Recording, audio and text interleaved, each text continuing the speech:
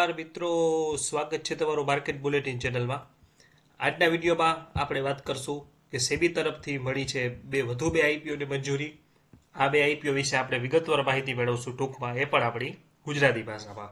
જેમાં સૌપ્રથમ છે એલજી ઇલેક્ટ્રોનિક્સ ઇન્ડિયા લિમિટેડ, ત્યારબાદ છે ઇનોવિઝન લિમિટેડ। તો ચાલો વધુ વાત ન કરતા શરૂઆત કરીએ।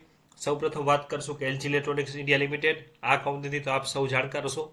એલજી ઇલેક્ટ્રોનિક્સ ઇન્ડિયા લિમિટેડના આઈપીઓને ભારતના સ્ટોક માર્કેટ રેગ્યુલેટર એટલે કે સેબી તરફથી મંજૂરી આપવામાં આવી છે અને દક્ષિણ કોરિયાની અગ્રણી ઇલેક્ટ્રોનિક્સ કંપનીને ભારતીય શેર બજારમાં પ્રવેશવાનો માર્ગ સહેલો થયો છે। એલજી ઇલેક્ટ્રોનિક્સ ઇન્ડિયાના આઈપીઓનું કદ લગભગ 15,000 કરોડ હોવાનું અનુમાન છે અને આ તેને ભારતના સૌથી મોટા આઈપીઓમાંથી એક બનાવી શકે છે, જે એલઆઈસી, હુન્ડાઈ મોટર્સ, પેટીએમ અને કોલ ઇન્ડિયા બાદ પાંચમું સૌથી મોટો આઈપીઓ બની શકે છે। આગળ વાત કરીએ તો આઈપીઓ સંપૂર્ણપણે ઓએફએસ રહેવાનો છે, જેનો અર્થ એ થાય છે કે કંપની નવા શેર જારી કરશે નહીં, પરંતુ તેની દક્ષિણ કોરિયન મૂળ કંપની એલજી ઇલેક્ટ્રોનિક્સના પોતાના 10.18 કરોડ ઇક્વિટી શેર્સનું વેચાણ કરશે। આ શેર કંપનીની 15% હિસ્સેદારીનું પ્રતિનિધિત્વ કરે છે અને આથી આઈપીઓમાંથી મળેલી રકમ એલજી ઇલેક્ટ્રોનિક્સ ઇન્ડિયાને નહીં, પરંતુ તેની પેરેન્ટ કંપનીને જશે। એલજી ઇલેક્ટ્રોનિક્સ ઇન્ડિયાએ ડિસેમ્બર 2024માં સેબીને પોતાના ડીઆરએચપી ફાઇલ કર્યા હતા અને 13 માર્ચ 2025ના રોજ આ માહિતી સામે આવી છે કે સેબી આઈપીઓને મંજૂરી આપી દીધી છે।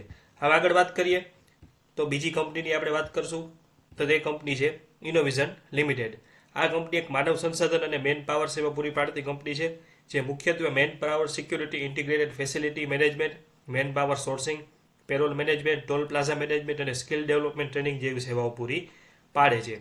વાત કરીએ કંપનીના કામગીરીની તો કંપની 22 રાજ્યો અને 13 કેન્દ્ર શાસિત પ્રદેશમાં કાર્યરત છે, જેમાં 200થી વધુ ક્લાયન્ટને કંપની સેવા આપે છે। આગળ વાત કરીએ કંપની વિશે, આપણે જેમ વાત કરીએ કંપની એક મેન પાવરની કંપની છે। હવે વાત કરશું આઈપીઓની વિગતની, તો આઈપીઓ બુક બિલ્ડિંગ પ્રક્રિયા છે, જેમાં ફ્રેશ ઇસ્યુ અને ઓએફએસ બંને રહેવાનો છે। જેમાં ફ્રેશ ઇસ્યુ રહેશે અંદાજે 255 કરોડ અને ઓફર ફોર સેલ રહેશે 17,71,874 ઇક્વિટી શેર્સ। વાત કરીએ આઈપીઓના પૈસાનો શું ઉપયોગ થશે, તો 43 કરોડનો ઉપયોગ કંપનીને દેવાની ચૂકવણી કે પૂર્વ ચૂકવણી માટે થશે અને 127 કરોડનો ઉપયોગ કંપનીની વર્કિંગ કેપિટલની જરૂરિયાત માટે અને અન્ય રકમ જનરલ કોર્પોરેટ પર્પઝ માટે ઉપયોગ કરવામાં આવશે। સેબીએ ડીઆરએચપીની સમીક્ષા કરી છે અને કંપનીને આગળની પ્રક્રિયા માટે મંજૂરી આપી છે, જેમાં આઈપીઓ લોન્ચ કરવાની તૈયારીઓ સામેલ છે। જોકે આઈપીઓની ચોક્કસ તારીખો અને લોટ સાઇઝ જેવી વધુ વિગતો હજી જાહેર થવાની બાકી છે। આ માહિતી એ ડીઆરએચપી સંબંધિત સ્ત્રોતો પર આધારિત છે। આઈપીઓની પ્રક્રિયા આગળ વધે તેમ વધુ સ્પષ્ટતા મળી શકે છે। તો આવી તમામ એક્સક્લુઝિવ માહિતી એ પણ આપણી ગુજરાતી ભાષામાં મેળવવા માટે માર્કેટ બુલેટિન ચેનલને લાઇક, શેર અને સબસ્ક્રાઇબ કરો। આભાર।